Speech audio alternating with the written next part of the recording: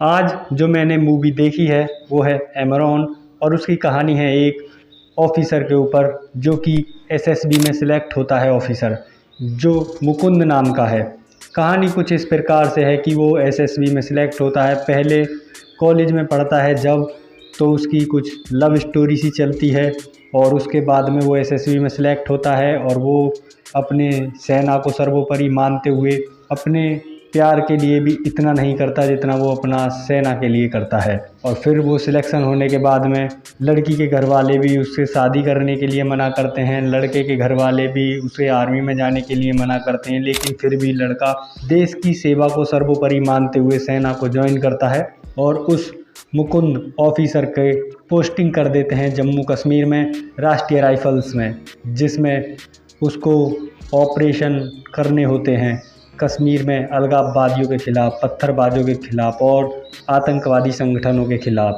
कहानी है इसमें जिसमें अफजल गुरु मारा गया था कश्मीर में, उसके बाद से वहाँ की घटनाओं पर आधारित ये मूवी की कहानी थी। और मूवी को देखकर ऐसा ही लगेगा कि कश्मीरियों के साथ वाकई में ही बहुत ही गलत होता है। कुछ आतंकवादी गलत करते हैं और कुछ आर्मी वाले उनको मार देते हैं, जिस वजह से कश्मीरी इस गुस्से में वो ऐसे कदम उठाते हैं। लेकिन क्या वास्तव में ये सच्चाई है? क्योंकि कश्मीरियों के खुद के ही फैसले होते हैं कि वो आतंकवादियों में जाकर अपने आप को ज्वाइन करें, लेकिन आर्मी वाले हमेशा उन्हें समझाते रहते हैं और उनको हमेशा रोकने की कोशिश करते हैं, लेकिन वो नहीं मानते। वो कश्मीर को भारत से अपना अलग हिस्सा मानते हैं, ये गलत बात है।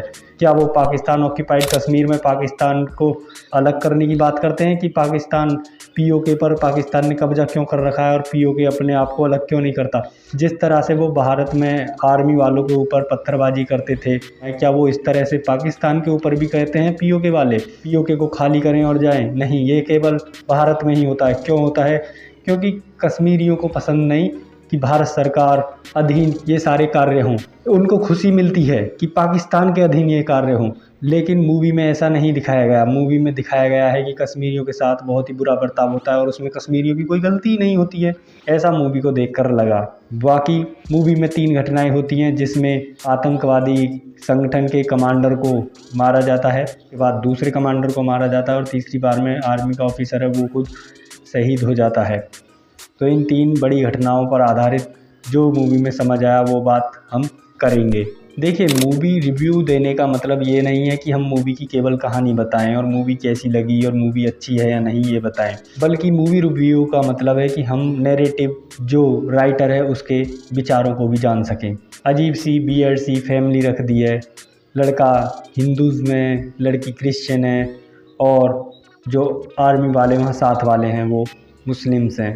पर इसमें ये ऐसा दिखाने की कोशिश की गई है कि सभी भारत में तो प्यार से रहते हैं, लेकिन इनको अलग करते हैं केवल और केवल आतंकवादी ही। आर्मी बेस मूवी थी, अच्छी मूवी थी, इससे ज़्यादा तो उसमें समीक्षा करने के लिए और कुछ नहीं है। लेकिन हाँ, मूवीज़ में कहाँ कहाँ गलती हुई, कहाँ कहाँ हंसी आई, उस पर भी बात कर लेते हैं। कुछ टॉपिक्स हैं जैसे कि कॉलेज में लड़की लड़के को खुद फ्लर्ट कर रही है, इससे ज़्यादा अच्छी किस्मत और कौन से लड़के की होगी। और जब एसएसबी में मुकुंद की ट्रेनिंग चल रही थी, उस समय की बात है जब ऑफिसर ने कहा था कि जो अपने टाइम पर नहीं पहुंचेगा उसे डिस्क्वालीफाई कर दिया जाएगा, लेकिन जब यूसुफ गिर गया था तो यूसुफ को डिस्क्वालीफाई नहीं किया गया।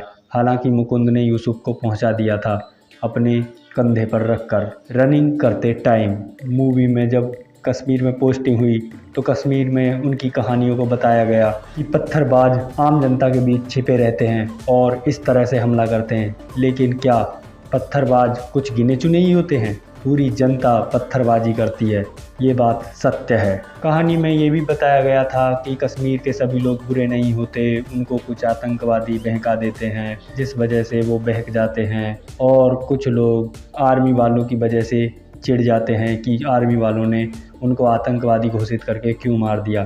अगर ऐसा ही बात है, अगर कश्मीर के लोग वास्तव में बुरे नहीं होते तो क्या 1990 की घटना मूवी में पहुंच जाते हैं कहानी के उस सिरे पर जहां अल्ताफ़ बाबा 5 मुजाहिदों को मुजाहिद की ट्रेनिंग देने वाला था, लेकिन तभी आर्मी ने उन्हें चारों ओर से घेर लिया और हमला करने वाले थे। तभी मुकुंद ने कहा था कि अगर एक भी गोली चली तो लोग जाग जाएंगे और आंदोलन चालू कर देंगे, परंतु जब ताबड़तोड़ गोलियां चल रही थी तब तो कोई लोग नहीं जागे और कोई भी अल्ताफ़ बाबा को बचाने नहीं आया और लड़ाई सुबह तक चली। ऐसा सिर्फ मूवीज़ में ही दिखाया गया है, वास्तव में ऐसा नहीं था।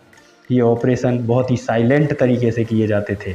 मूवी में उस समय की कहानी, जब ये बात करते हुए जा रहे थे, एक गाड़ी में हमला किया था अल्ताफ़ बाबा के मरने के बाद गामी ने, तो वो कह रहे थे कि हमारे यहाँ अगर सीएम बनना है तो उसे सिनेमा में होना ज़रूरी है। और ये बात सत्य जब लगी जब थलपति विजय खुद सिनेमा में होकर जब सीएम बनने के लिए अब तैयार हो रहे हैं तमिलनाडु में। मूवी के एंड में जो चाचा थे अल्ताफ़ बाबा के पिता, उनका दिल बाद में बदल गया। क्यों बदला पता नहीं, पर ये सोचने वाली बात है कि उन्हें बाद में जिन बच्चों की इतनी चिंता होने लगी, क्या पहले बच्चे नहीं थे वो?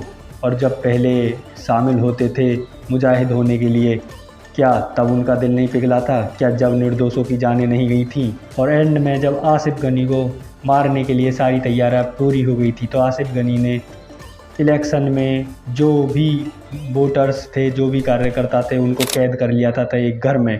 आसिफ गनी को पकड़ने के लिए आर्मी वाले जब घुस रहे थे उसके घर में, क्या आसिफ गनी उनमें से किसी को नहीं मारता जो उसने कैद कर रखे थे? और धमकी भी नहीं देता, लेकिन पहले धमकी दे रहा था। ऐसा हो ही नहीं सकता। ये सारे ऑपरेशन पीक डिटेलिंग से नहीं दिखाए गए। मूवी अच्छी थी और मेरे जितने समझ में आई मैंने उतना रिव्यू आपको कर दिया। हालांकि हो सकता है कुछ कमी रह गई हो रिव्यू में, पूरी बात ना बताई हो। उन कमियों को कमेंट बॉक्स में बताएं।